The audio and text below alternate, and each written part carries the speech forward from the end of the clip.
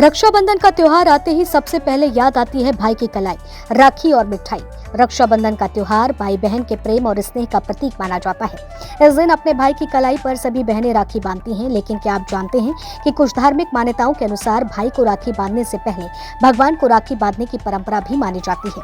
कहा जाता है कि अगर रक्षाबंधन के दिन पूजा पाठ की परंपरा के अनुसार राखी बांधी जाए तो सबसे पहले भगवान गणेश और फिर लड्डू गोपाल को राखी अर्पित करनी चाहिए। आखिर ऐसा क्यों माना जाता है, आइए अपने इस वीडियो में हम आपको विस्तार से बताते हैं। सबसे पहले आपको बता दें कि सावन माह की पूर्णिमा तिथि के दिन रक्षाबंधन का त्योहार मनाया जाता है और वैदिक पंचांग के अनुसार इस साल यह पर्व 28 अगस्त 2026 को मनाया जाएगा।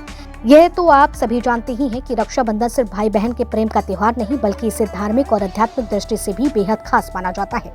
इस दिन बहनें अपने भाई की कलाई पर राखी बांधती हैं और उनकी लंबी उम्र, सुख समृद्धि और खुशहाल जीवन की कामना करती हैं।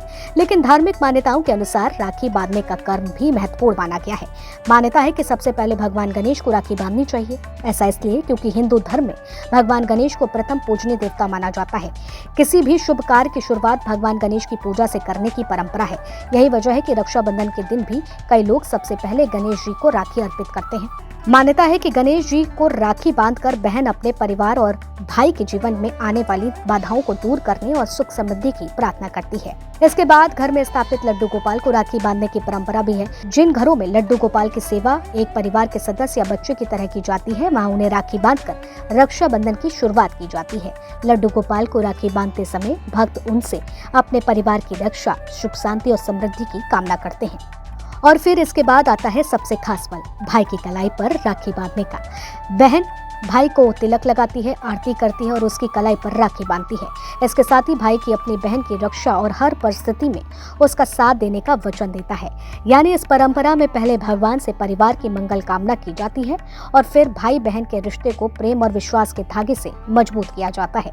धार्मिक मान्यताओं के अनुसार भगवान को रक्षा सूत्र अर्पित करना श्रद्धा और सुरक्षा की कामना से जुड़ा माना जाता है। भक्त भगवान से परिवार की सुख समृद्धि और सभी सदस्यों की रक्षा की प्रार्थना करते हैं। इसी भावना के साथ ही भाई की कलाई पर राखी बांधकर उसे सुखी, स्वस्थ और समृद्ध जीवन की कामना की जाती है। इसके साथ ही हम आपको बता दें कि अलग अलग परिवारों और क्षेत्रों में रक्षाबंधन की पूजा और राखी बांधने की परंपराएं अलग हो सकती हैं। इसलिए इसे किसी अनिवार्य धार्मिक नियम की तरह नहीं, बल्कि प्रचलित मान्यता और पारिवारिक परंपरा के रूप में देखना चाहिए।